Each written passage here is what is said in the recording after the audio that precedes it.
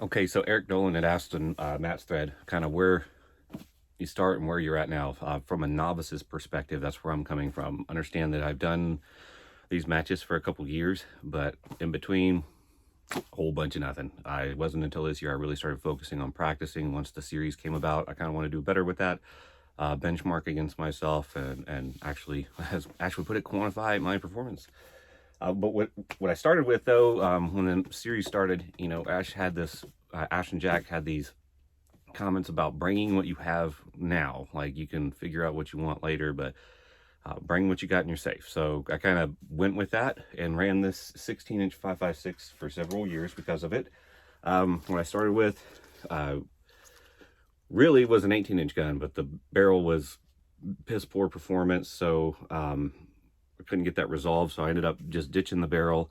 And to make the match in time, I ended up dumping my Centurion 16-inch in there, and it's been a great performer. You know, I just grouped it this past weekend and got 0.72 out of a 7-round group, if any of you guys care about that with Razor Core. But the gun does really well. You know, I started almost how you see it here. It didn't have ARCA on it when I first started. It was just the pinch lock, and I didn't have the data board, but pretty much everything else was there. Well, I didn't have the MAMs either, but that's how it started. It's been great, and I've enjoyed it for a long time, but now that I get more into it, there's a few factors on why I've switched to what I'm about to show you. But generally speaking, if you bring something like this out there, it doesn't even have to be anything like this. You know, it's a PST Gen 2 with an EBR7 reticle. What is this thing? 3 to 15, right? Yeah, 3 to 15. You don't even have to start with something like that. You know, there's guys out there shooting some of those, I think, midway clearanced out some $200 front focal plane optics, and some of those guys are out there having a good old time with those. This is what I'm moving to, though. It's a 6-arc. This is kind of a stopgap. Next year, I have a 6.5 Creedmoor bolt gun I'm going to eventually move to. So my, or not bolt gun, 6.5 gas gun that's going to pair with my 6.5 bolt gun. But for the intermediate, I'm going to 6-arc, and there's a few reasons behind that.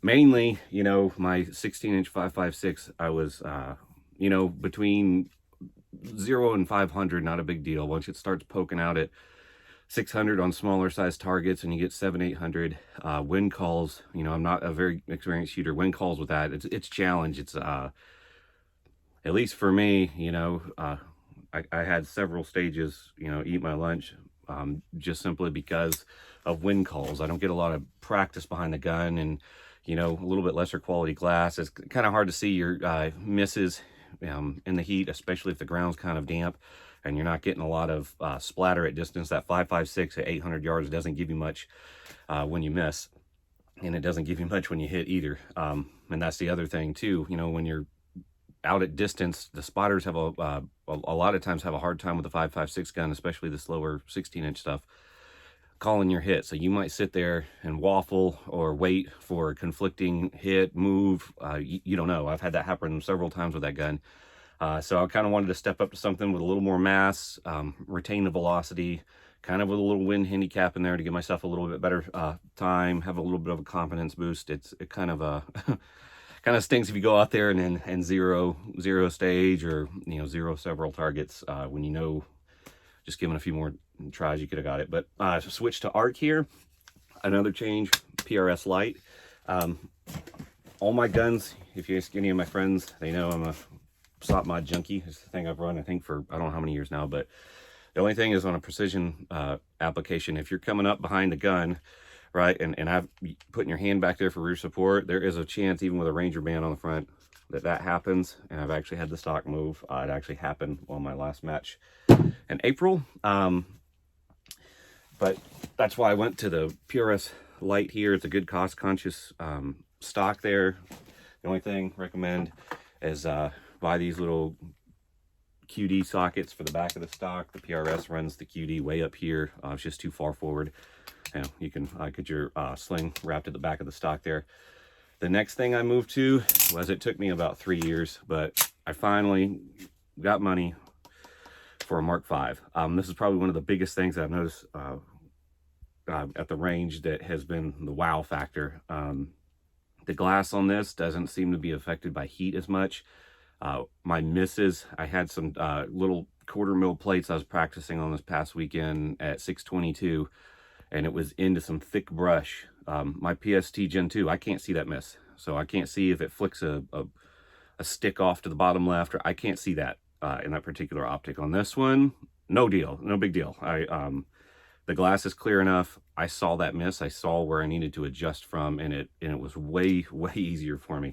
The other thing I switched to, I moved away from the Magpul bipod to the AccuTac. Generally speaking, you don't actually use a bipod in these matches very much. You know, this thing sits on the sidelines for, I don't know, if I had to guess, maybe 90% of the time.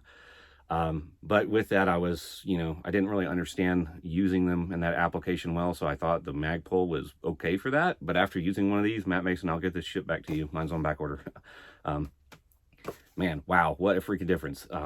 Rigid lockup, ARCA integrated, the levers, you can get the rifle, especially on some of the stages where you're you got to drop down prone. You can preset this thing and make sure the rifle's level, and when you get down on the gun, you know that thing's not shifted. The other thing, data board. I was taping stuff to my mount here and running my dope on those, but the data board's great because when you're behind a gun and you're looking through here, you could just write out your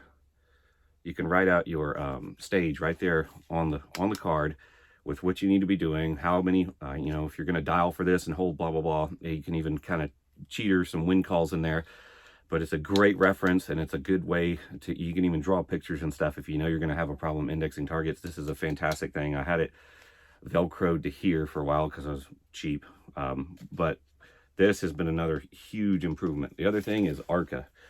You can get away with not having this. This isn't a requirement. This is kind of this is a convenience thing for me. You know, if I take this bipod off, you know, it's just that, and it slides off. I can position it wherever I want. I'm not dicking around with a finicky M-lock mechanism, or I'm not trying to shift it on a pick rail.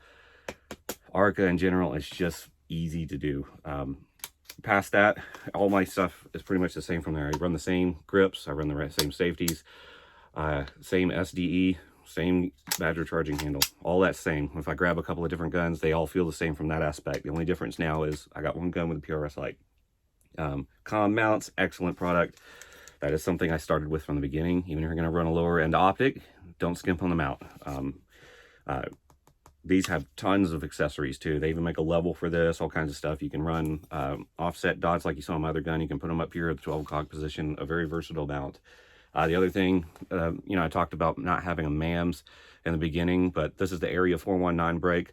You really need something out there to help combat muzzle movement, and a high quality muzzle device that, you know, a brake out there that you know, keeps the rifle settled down, really helps with follow-up shots. So I shot, I think, one match without having that. The gun moved around too much, already being 5.56 and 16 inch. It's a lightweight gun, but that MAMS help keep that gun settled down, and so you can actually stay on target. And when you send one, you know, you have a better chance of seeing your miss or seeing your hit and moving on.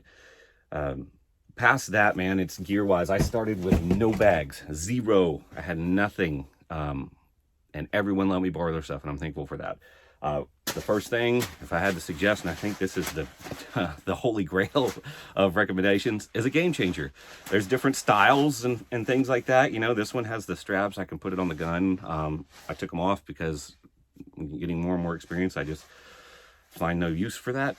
But you know, these things come in a wide variety of, you know, wax, canvas, whatever your preference is. You can fill them with sand. This one has the bead media in it. But if you could only have one bag, it's this one. If you're going to borrow a bag, guarantee it's going to be this one. Past that, I got one for my ARCA here. This is a quick change. The more experience I get, the less I'm using this. You got to be careful with this ARCA bag that attaches to the gun. If you don't stage plan correctly, like I had happen last weekend, you will drop this down onto a target and realize, hey, the gun's too high. And then you're fiddle farting with a QD mechanism trying to slide the bag off and turning it on its side. So just consider that. You know, there are some stages. I still keep this around because it is handy. You throw it on the cattle gate and that's all you got. This could be easy, just kind of plop the gun around without trying to grab a bag and replace it. And the other one recently that I got to use is a rear fat bag. So when you're up there on your right leg and the gun's in here and you're already in a goofy shooting position, this rear fat bag, you know, the gun sits in there, it kind of, I don't know, it almost, and if you get a good position and the heights are right, this is arguably as stable as I've had shooting off a bench before. There was a couple of times I threw this down and my reticle sat there. I mean, if I got a tenth of wiggle out of the reticle, I would, you know, that's probably what it measured. But that's been one really good upgrade as well. So you don't need any of this shit to start with, though. If you squad with folks that have this, they'll if you're in my squad, hey man, can I use that? Absolutely, go ahead, give it a try. Because guess what? You may get this and it doesn't work for you. And why would you buy something for 70, 80 bucks and then, you know, have to turn around and sell it? Same thing with this. Hey, do you want to give it a try before you go and spend, you know, $100 something on the Armageddon? This is going to be hard for you to not like this. There's so many applications, tank traps, rocks, you name it. This is one bag that you could probably buy and not really need to try out too much. There are different styles. So, you know, again, if you're just now getting into it, maybe come out there and borrow some stuff just to see which style game changer you want. But past that, you know, I bought some other stuff, tripod, binos and all that, but that's not anything to do with being successful on the stage. This is just stuff I've gravitated towards over the last couple of years, and I found helpful. The stuff I see the guys doing well with using, you know, you kind of mimic the pros, right? So that's where I'm at with where I started and where I'm at now. So